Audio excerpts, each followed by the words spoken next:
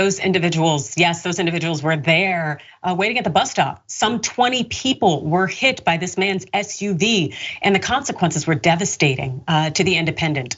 7 people were killed in the crash, which officials initially said appeared to be intentional, before an 8th victim succumbed to their injuries in a hospital later on Sunday. At least 9 others were hospitalized. Most of the victims were Venezuelan men who had spent the night at the shelter and were boarding a bus to return to downtown Brownsville.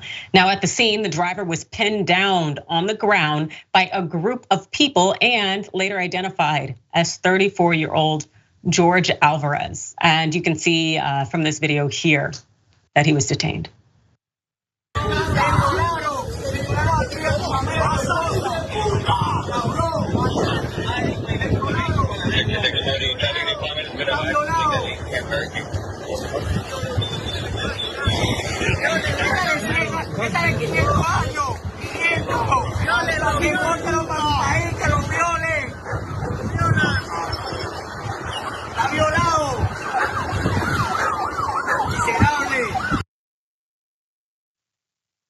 "34-year-old George Alvarez is also pictured here. Here is his mugshot. And we know that police are working with the Venezuelan consulate as they try to confirm the names and ages of the victims. But law enforcement has been quick to already process the driver and the accountability there. This is per the New York Times. Mr. Alvarez has been charged with 8 counts of manslaughter, 10 counts of aggravated assault with a deadly weapon and reckless driving, and is remaining behind bars. Chief Felix Sauceda of the Brownsville police said on Monday. Police are trying to determine whether the collision was intentional, and that has come into question now because at least one victim said that Alvarez was yelling anti-immigration epithets. Yeah, we can turn to the Independent. Luis Herrera, who was hit by the SUV on Sunday and suffered a broken arm in the incident, claimed the driver was taunting the migrants before the crash took place. He crossed the street and he hit the gas and he drove by my legs and hurt my arm. The others, he killed almost all of them. Mr. Herrera recalls the driver yelling, "You're invading my property." Now, this crash comes as the city of Brownsville is dealing with an influx of migrants. Last month, the city issued a disaster declaration after 15,000 migrants, mostly from Venezuela, crossed over in a single week, overwhelming border security. In a normal week, only about 2,000 migrants attempt to cross at Brownsville. That is a lot. And I know we have a lot going on in terms of migrants coming through. But before we jump more into that conversation, I want to stay focused on this incident that took the lives of these 8 individuals. Jackson, how does this resonate with you? Well, I guess he paid his dues, so he's an acceptable Latino, but the other ones aren't. I guess that's how he saw it because he's very Spanish himself. But outside of that, I don't really see how you can run into that many people accidentally.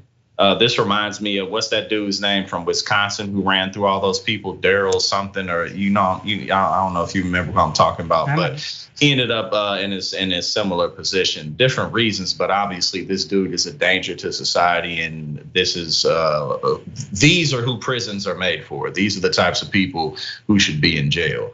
But especially given the fact that they heard him screaming anti-immigrant slurs and then just putting it on the pedal, and then just his backstory too, him getting discharged from the military and what have you. So he seemed to kind of just be in a negative spiral, and I guess he was looking for a way out somehow. But the most unfortunate thing is that this guy was doing this really to people who he's in the same boat as. They just looking for a new home. But again, he paid his dues, so I guess he's an American, but the other Latinos, they shouldn't have a chance. Yeah, we don't necessarily, at least I don't necessarily know his background. It definitely sounds like he has a Hispanic background, Latino, and that's fine. At the same time, I definitely agree with you in this thought that, what is it? The thought that I'm not you or I'm different from you and you're harming me in some way. It's so strange to me, this thought of, oh, well, I am a good person of color and you are a bad person of color because you aren't a citizen. Like, it just, it is wild to me how people lack empathy, and they're also creating this divisive force. And as we had talked about that first story in terms of the mass shooting that was going on in Allen, Texas, that was perpetrated by an individual who is of Latin origin, Hispanic origin.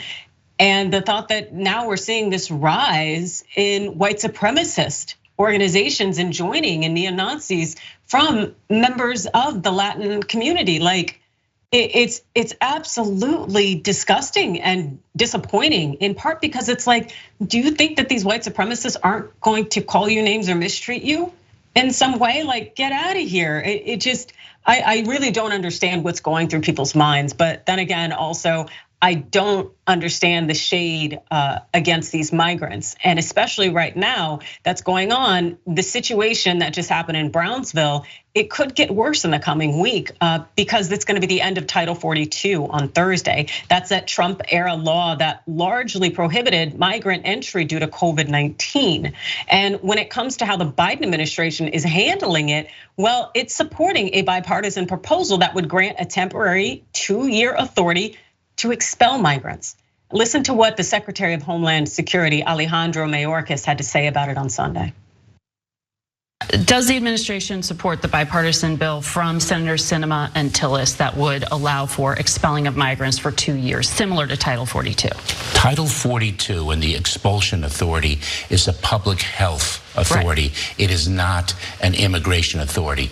We will be using our immigration authorities, which call for a consequence regime, which is why we have to correct the lies that smugglers tell vulnerable migrants. They think they're coming and they'll be able to stay, and that is just unequivocally false. And what I would say to the Senators Tillis and Sinema, what we need is our system fixed, right, not this Band-Aid solution. No, I agree that the system needs to be fixed in some way, because we have to look historically that the US government has basically destabilized a number of these countries. So when people come here seeking refuge, they're doing that because we may have played a role in their destabilization. And so we need to figure something out, because as far as I'm concerned, having individuals like what is it, Mr. Alvarez, having individuals like him hit them with their car and harm them it's not acceptable. It's not gonna cut it. Jackson? And just to finish off, as you pointed out, a lot of our policies have led to the destabilization in Central and Latin America in general, especially the drug war, which we are not really that close to ending. We've seen the power that legalization has had in the marijuana market, in the cannabis market, in terms of how that's really just dried up profitability in the streets and lessened crime within that specific drug. But decriminalization needs to continue to happen, and a lot of the reason why gangs run Central American countries and why there's so much destabilization is because they're making all the money from the stuff that we putting up our noses. You know what I'm saying? So much of the destruction caused in Latin America is because of America's drug problem, and they selling it to us. Yeah, and the thing is, it's like, if you want people to stop using, because you want to stop this whole, drug war, gang trade, all this stuff, then maybe you do focus on mental health services. Maybe you provide social support services. Maybe you realize that people are using drugs to escape their reality because their reality is bunk by virtue of you advancing capitalism and corporatism. Like, it's like it all begins and ends with a lot of the Republican agenda, and yet nothing is ever done except for these kind of ridiculous, nonsensical things that allow them to continue to pocket cash.